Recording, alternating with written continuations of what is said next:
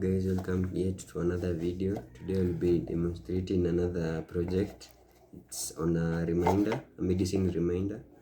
Okay, this system can fit well on patients who maybe forget out forget how, at what time they will drink their medicine. So it's just a simple project. It is based on timer. There is a relay, maybe say a battery. So the device is portable and simple. So once you activate the system, it has an on and off button. So once I activate the system, so the system is turned. So if you want to send the reminder, you just press this button and it will delay up to a time which the buzzer will come on again.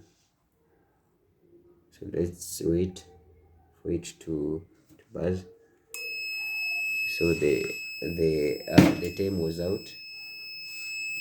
So if you want to set it again, you just press the button.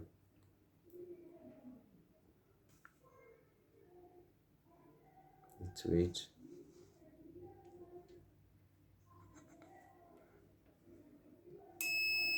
I think that's all with the project. It's based on 5 timer, a couple of resistors, relay, LED for indication, and a buzzer for notification. That's all. Thank you for watching.